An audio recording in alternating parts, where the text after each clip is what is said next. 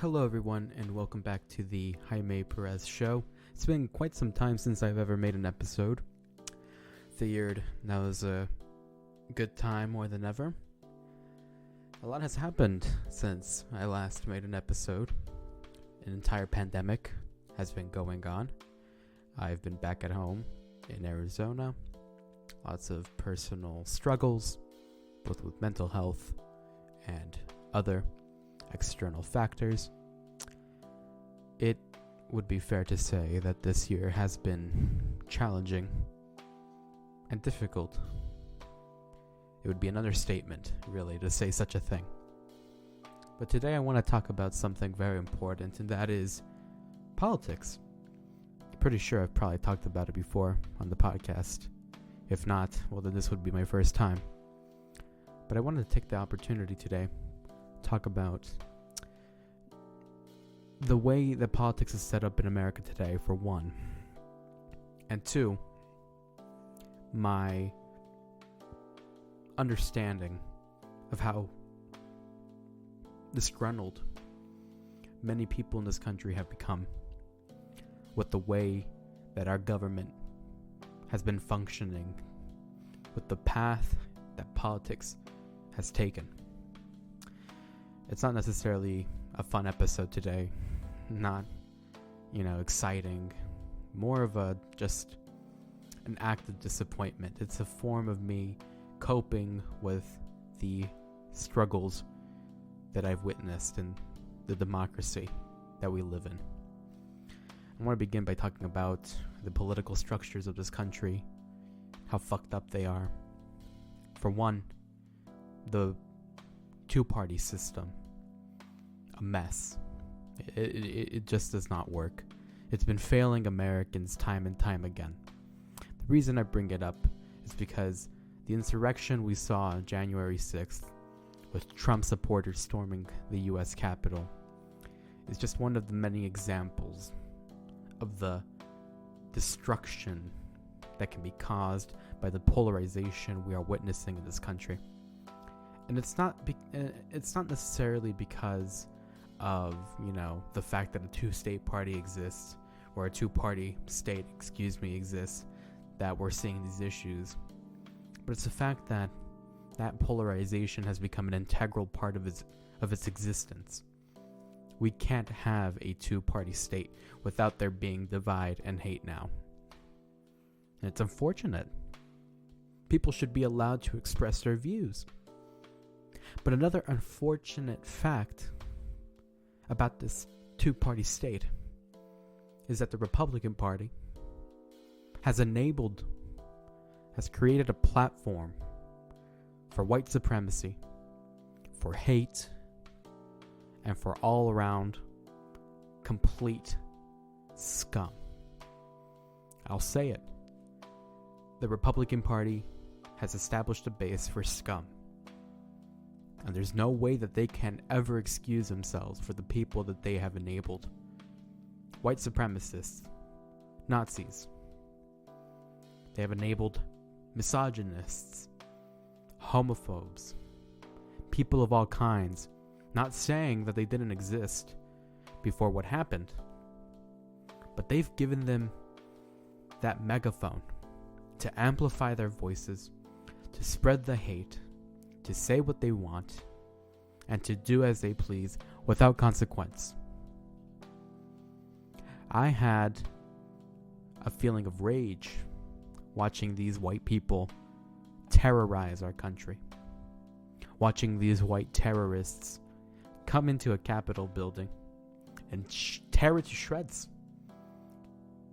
A building that symbolizes our democracy, left defaced at the hands of authoritarian, power-hungry idiots. And I can't help but also be upset with the mundane response of some people on the left. Not necessarily the far left. These people have justifiably been upset. But Democrats as a whole. They don't state things as they truly happened. What we witnessed in the Capitol was not just an instance of people getting angry and protesting. It was a clear-cut example of white supremacy winning, of allowing itself to continue to be perpetuated across our country by all means necessary. When black people went marching in Washington, D.C., in the name of George Floyd, in the name of Breonna Taylor, in the name of Ahmaud Arbery, in the name of all the innocent black lives lost in this country at the hands of police brutality and the systemic oppression of black people, the use of force was excessive. Tens of thousands of people arrested for peacefully marching. They made it clear that they are not the catalysts of the damage and violence that was witnessed. And yet they were still arrested, dragged off the streets. A replay of the civil rights movement. It was no different. And that still remains true to this day. But when these white terrorists marched down Capitol Hill and terrorized these people, terrorized the citizens and residents of DC, terrorized the people who we have elected to represent us, democratically elected leaders, they're let off the hook. I see a report today that the Justice Department is planning to charge more than 100 people. People are celebrating that. While it's good, we're seeing accountability. It's bullshit that it's only more than 100. Because I can guarantee that every one of those thousands of fools had a role in the insurrection. Another thing I wanted to talk about is the need in this country for people to have a fucking spine. For far too long, we allow ourselves to be spineless, afraid, or to rephrase that, we allow our elected leaders to be spineless and afraid. Literally going up and not doing their job because they either fear for their lives, which is fair after what we witnessed, or they don't want to make the establishment mad. And it's so hard thinking about ways to dismantle this kind of establishment, thinking about how we can tear it down, thinking about how we can change things. When every damn time change is about to happen, we get thrown around and thrashed and attacked and shut down and hated on. They don't want to see change happen because change would mean that they lose their power. Plain and simple. It's disappointing. Not just disappointing, it's filthy what we've been witnessing. It's egregious that we have to live in such conditions. It's horrifying to see this double standard clear as day, and for people to be so ignorant, so naive, so stupid as to never acknowledge this kind of hate.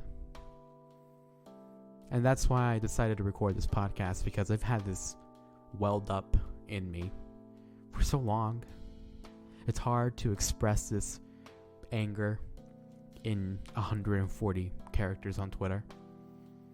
I want to say something, but getting that platform is so hard. And while many do not view this podcast, I can at the very least have a space where I say things as I see them.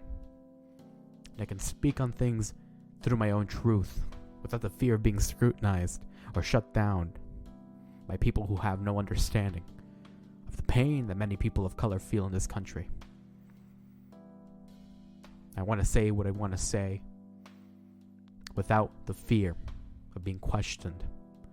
Because I will say this: there's more than enough evidence in this country of the pains, of the challenges, of the oppression that Black, Indigenous people of color face.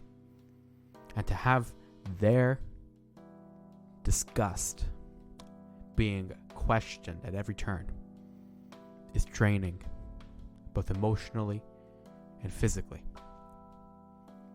We need a space where we can say what we want without having to be challenged on it. But that will never happen. So we must begin to create our spaces ourselves.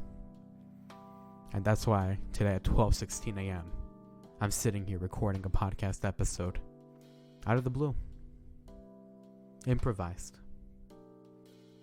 Because I cannot put down in words on a script this kind of emotion I feel.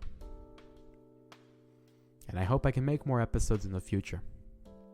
And I hope I can keep committed to this. But for the time being, I want to use this as a platform for myself to collect my thoughts, to practice what I need to say. Because God knows that the fight's never going to be over. And these people, these fascist, disgusting, idiotic human beings must be squandered, must be shut down, and more importantly, deplatformed. And in order to accomplish that, we must be capable of arguing, defending, and standing strong for what we believe in.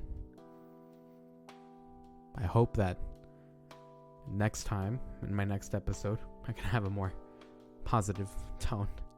But that is all for the time being. Not necessarily the longest episode. I'm not going to edit it.